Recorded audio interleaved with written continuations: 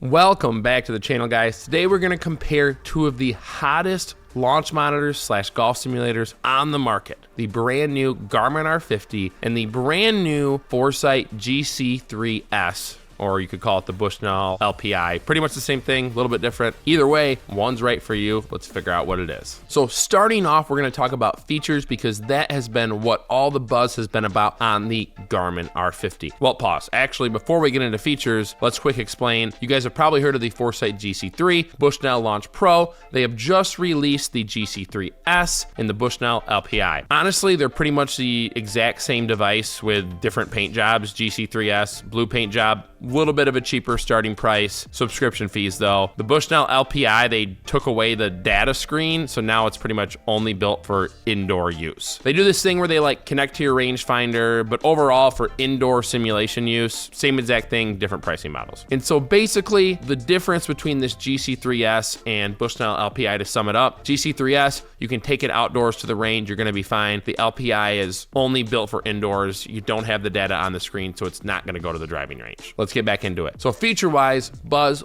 all about the R50. Here's why. It is the first all-in-one golf simulator device. What that means is you don't need a laptop, don't even need a phone or an iPad, don't need a TV or a projector. You can do everything off the device. So if you only have room for a minimal setup like a hitting mat, you can play full courses on the R50. Really awesome. And on top of that, the R50 just has the most features of any device we've ever tested in the price range. It has video replay of your club, so you can see your club going through on the video in slow motion. It has all the club data you could ask for. It has a brand new updated Home Tee Hero, which allows you to play up to 38,000 courses. And frankly, in terms of features, the R50 just blows the GC3s and the LPi out of the water. Let's get a little bit into that. So they both have club data, both need club stickers for their club data, but the R50 offers a lot more of it. With the GC3s and the Bushnell LPi, you don't get face angle, you pretty much get club speed, angle of attack, smash factor, and club path. And while I love club path as a data metric, when it's not paired with face angle, it's a little bit harder to figure out what you're doing wrong in your swing. And especially for the price point, almost every other device has face angle. So it has club data, it's extremely accurate, but really Foresight, Bushnell, they need to incorporate more into it because all these other devices have a lot more. And while the Foresight Bushnell devices are known for elite accuracy on club data and ball data, it's just really lacking in the features compared to the R50. Now, speaking of accuracy, let's move on to accuracy of both of the devices. The Foresight Bushnell devices, awesome accuracy. Ball data is amazing. The club data is amazing. I never question a shot. The only accuracy issue I've ever found is this really unique issue with these Foresight devices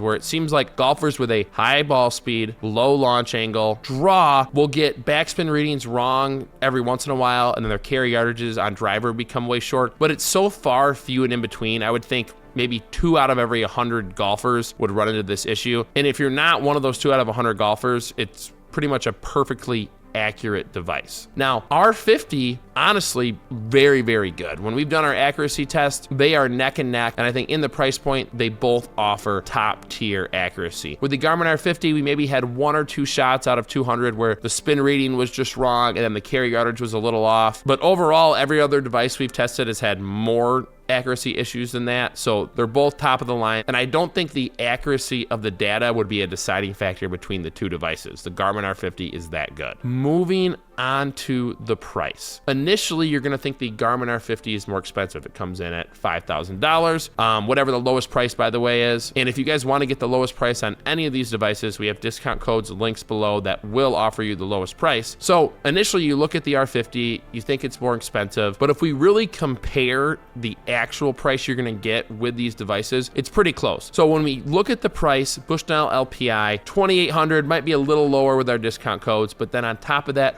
$500 a year subscription fee, and GC3s, $3,800, again, might be slightly lower with our codes below, but then you have a $500 a year subscription fee. So when I compare that subscription fee, realistically, in a couple of years, these are both going to be more expensive than the R50, but they do offer a lower initial price. So if money is a factor, you're able to buy the Bushnell and the Foresight for a lower cost initially. Next, we're going to talk about setup. Garmin R50, easiest device we've ever had to set up. Set it down, power it on. You can select courses or driving range. You can be up and running, doing what you want to do in 40 seconds. Foresight Bushnell, Also super quick to set up. You have to connect it to your computer though, so there's that added step of like connecting to Wi-Fi. So if you're someone who's not tech savvy at all, the R50 is going to be easier, but they both are able to be set up in like a minute. All right, next, moving on to space constraints. How big of an area do you need to use the device? Well, if you're not dealing with lefties, you can get by with both devices probably with 11 feet of width and 14 feet of depth. Now, if you have lefties, you probably want that width to be at least 15 feet, but either way, because they sit right beside you, you're able to use these in a smaller space. Speaking of spaces, next we're going to talk about the hitting area. What is the usable hitting area of the device? For the Foresight and Bushnell, you have a pretty big area. On the Foresight one, it's going to like have this little grid that'll pop up and it will tell you when your ball is in the area and have a check mark when you are ready to go. The Garmin R50, pretty much the same size when you're hitting for ball data.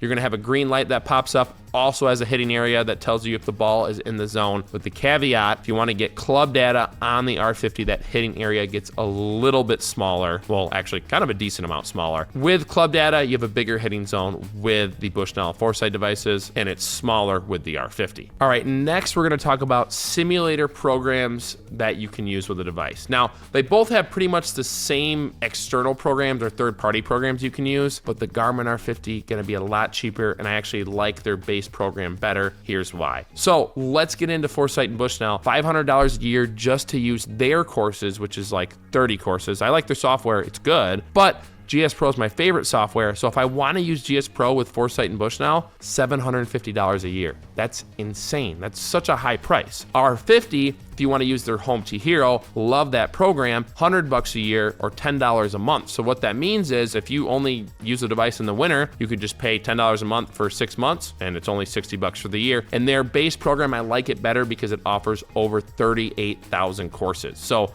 I can literally play my dirt track down the street if I want to. I can play pretty much any course in the world and it's at a lot cheaper price. And then I also have the ability to add on GS Pro. And if I do, it's way cheaper than being able to use GS Pro with the Foresight and Bushnell devices. Now next, let's talk about battery life. GC3s, R50, I found they're pretty much the same. I think the GC3s says it can go up to 9 hours. And when we've done the battery charging process right, but then there's also times it feels like it only gets 4 to 5 hours. So overall, R50 is about 4 hours. So you're able to play your full 18, 36 holes with no problem and then plug it in if you need to. Bushnell LPi though does not have a battery, so that means it's plugged in all the time, which is going to become a big issue for lefties and righties. Speaking of lefties and righties, let's talk about how good they are for lefties and righties. They're not great, I'm going to be honest. I think if you pair them with GS Pro, then very usable, very workable. But like I said, for the Bushnell Foresight devices, then you're paying $750 a year. For Garmin, if you're going to get GS Pro anyway, it kind of defeats the all-in-one nature of the device. So if you have lefties over a lot and it's going to be a constant thing, honestly, I'd probably go with the Mevo Plus. That's our #1 for groups of people and lefties and righties. But if you do want to make this work with lefties and righties, here is how you're going to do it. First off, need to get GS Pro. Here's why. They have a feature called Play Out Hole. What this does, it allows each golfer to play the entire hole before the next one plays. So as a lefty, I would play hole 1. Golfer 2 would play hole 1. Golfer 2 would play hole 2. Then I would play hole 2. So you're only moving it every once or twice a hole as opposed to every shot. And GS Pro is the only platform that currently offers that. And to be honest, when you have that, it's very easy to do lefties and righties. It's not a big deal at all. But if you don't have that feature, then you're moving at every shot and it's a huge pain in the butt. But things that aren't a big pain in the butt is the driving range. Both work at the driving range, both work well. We have found with real grass with some of these camera-based devices though, sometimes it's just finicky, like it doesn't always pick up the ball in the grass. It's a little more work than a radar device like the Mevo Plus or the Full Swing Kit. If you really care about going to the driving range, I would say over 25% of the time you're gonna use it, then you probably wanna go with a radar device over a camera. But that being said, they both do work very well at the driving range and they're easy to set up and use at the driving range. Okay, next we're gonna talk about my least favorite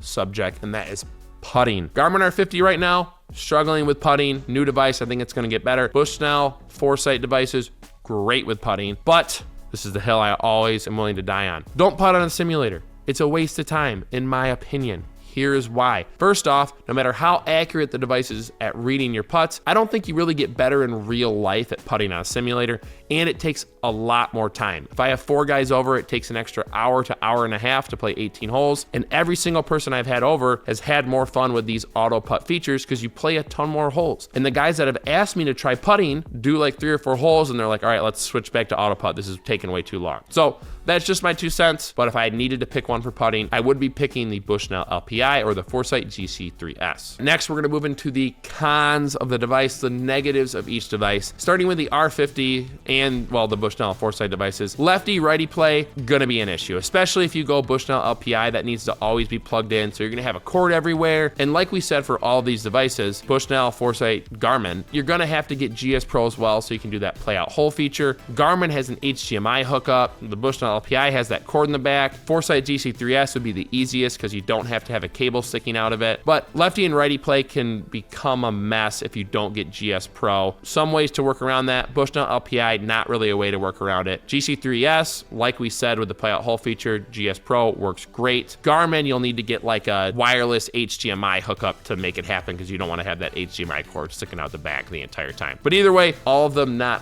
awesome for lefty and righty play. Next, we're going to talk about club stickers. Both of these devices need club stickers to get club data. I don't love that. I like the club data more on the Bushnell and the Foresight devices because the hitting area stays the same size. On the Garmin, that hitting area shrinks down. A little bit of a pain in the butt as it's a little bit harder to just plop your ball down. You need to be a little more precise in putting it in the zone. Now, we've kind of gone back and forth here, but now we're going to stick to just the Foresight and Bushnell devices, the cons of those ones. For me, biggest con with Foresight and Bushnell is the high subscription fees. Drives me nuts that it's $500 to $750 a year. I think it's outrageous. And on top of that, with those high subscription fees, you're missing some basic features I think the device should have, like face angle in the club data. And then finally, the last issue I've been finding with these Foresight Bushnell devices, very unique issue, very rare to happen, but like I said earlier, if you hit a high ball speed over 150 miles per hour, low launch, draw, we've seen certain golfers get really low spin readings and then their carry runs way short. Now, I wouldn't let that scare you off. That happens in probably 2 out of every 100 golfers. If you're not one of those golfers, the device is dang near perfect on the accuracy, but it's worth noting. So I wouldn't let that scare you off from buying it, but what I would do is if you see that issue happening for yourself, then I would return it. And the good news with Play Better, guys, no restocking fee on return. So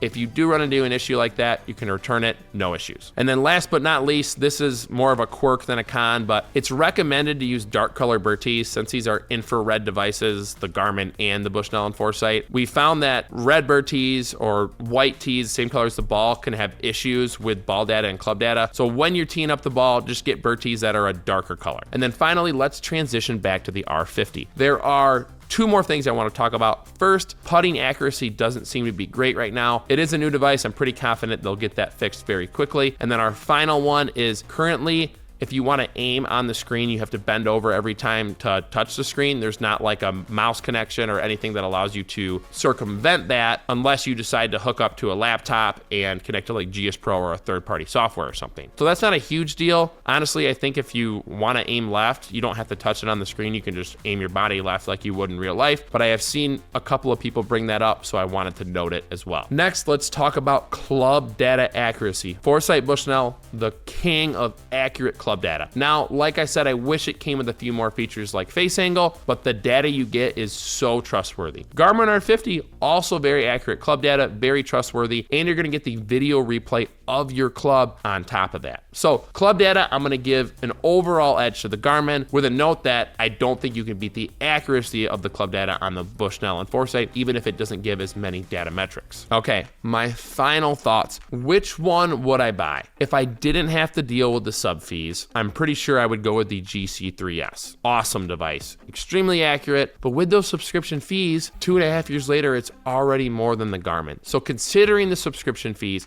considering how close they are in accuracy, how many more features the R50 offers, I think right away I would buy the R50. I think that's the one I would go with, but either way, I'm gonna be honest, you can't go wrong with these devices. Both industry standard, top tier devices, and it's up to you to figure out which one is best for you. Only thing we ask, if you are gonna buy one, if you could use our discount codes and links below, it really helps the channel out and it will get you the lowest available price. So with all that being said, we'll see you in the next one.